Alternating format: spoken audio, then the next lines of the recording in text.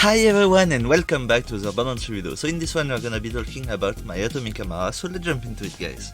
Quick reminder, this build is made for people who don't own any DLCs, so we're not gonna be speccing any points into the purple tree and all the weapons and gear are from base game. So let's get started.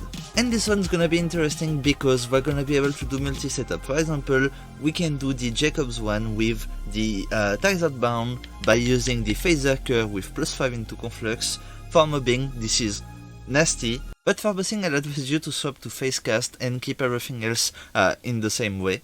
And if we take a look at the other class mods, we can see that there's a spiritual driver because we're spec'd into the green tree enough to do a spiritual driver build.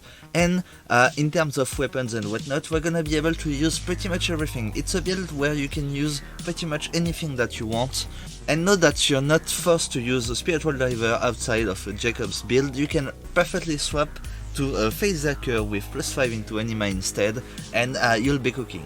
So back to our weapons. So as you can see here, we have all the basic Jacob's one. We have the Rowan Skull in Radiation, Shock and Fire. We have the Hellwalker, which is a freaking beast, probably the strongest one on the build with the Monarch and 2 or 3 other ones, but yeah.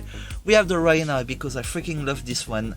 For mobbing, it's probably one of the strongest rocket launchers in the game with the Plague Bearer. We also have the Maggie, which is a must-have, and that's about it for the Jacob's weapon, so let's go over all the other ones. So we have the Hornet for the pistols and also the L-Shock, and with those two ones you should be able to cover Shock, Fire and Corrosive. So let's move to the Kipsworth, which is an SMG that deals a tons of splash damage, and overall it's a good one. And then next we have a bunch of Monarchs in all the elements, and this one is a boss killing machine. Seriously, you're gonna shred every boss with that in no time. So we also have a bunch of Boomsicle in all the elements, and this assault rifle is not really an assault rifle by the way, it's more like a shotgun, and it's gonna shred every mob that you can encounter. Seriously, use it with Tired Bound and you'll be destroying the whole map in no time. And for the assault rifle we also have the Becca, which is another Jacob's weapon, but overall I prefer to use the Rowan Skull.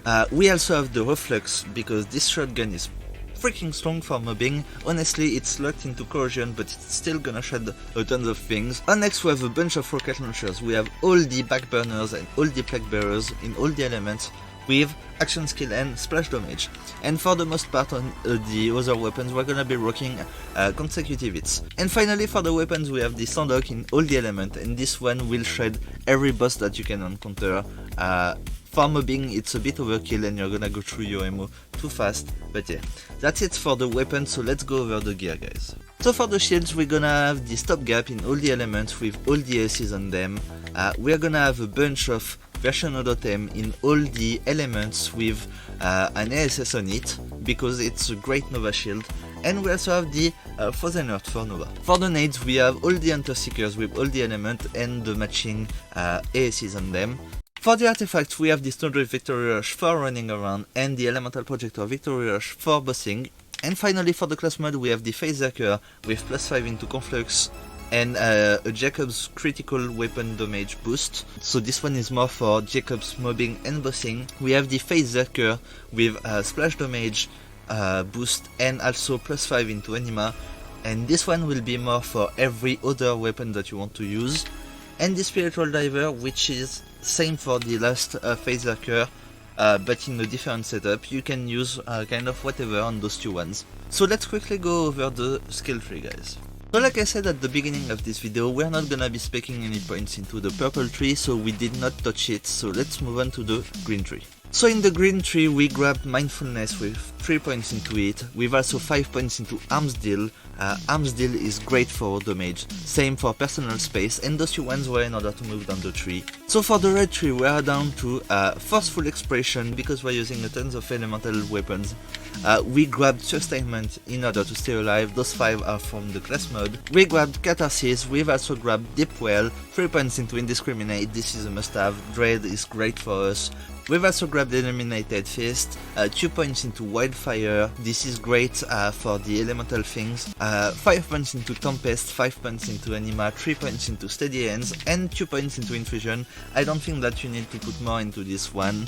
And for the action skill I'm gonna be using Soulfire, the fire augment for most of the time, and also with Tired Bound. And for the blue tree we are down to Avatar, because that way we'll be able to use our action skill 2 times. This is great for us. Remnant is a great source of damage. 3 points into Light Bear, we grabbed Ascendant, 3 points into Transcend, 3 points into Fast 10, 5 points into Alacrity, 5 points into Do-Arm, 4 points into Violent Tapestry, and 5 points into Restless. This is a must-have for our build, because with this one we're gonna get action skill cooldown rate, and this is very nice. We need that. And in this tree, when I use Face Cast, I'm usually going with Reverberation and also Soul Sap. This is for the Jacob's build for bossing, or the regular weapons for bossing. And yes, that's it for today, guys, so I really hope you'll enjoy this one. If you do, then please be sure to drop a like, a comment and a sub. That will help me a ton, and I would really appreciate that, so thank you for this, guys. I really hope that you're having an amazing time, that you had a great Christmas, that you're gonna have an amazing end of the year, a smooth one, and yeah, I see you in the next one. If not, Happy New Year, guys. Thanks for the love, thanks for the support, thanks for being here. Seriously, it means a lot to me, and yeah, take care and happy farming.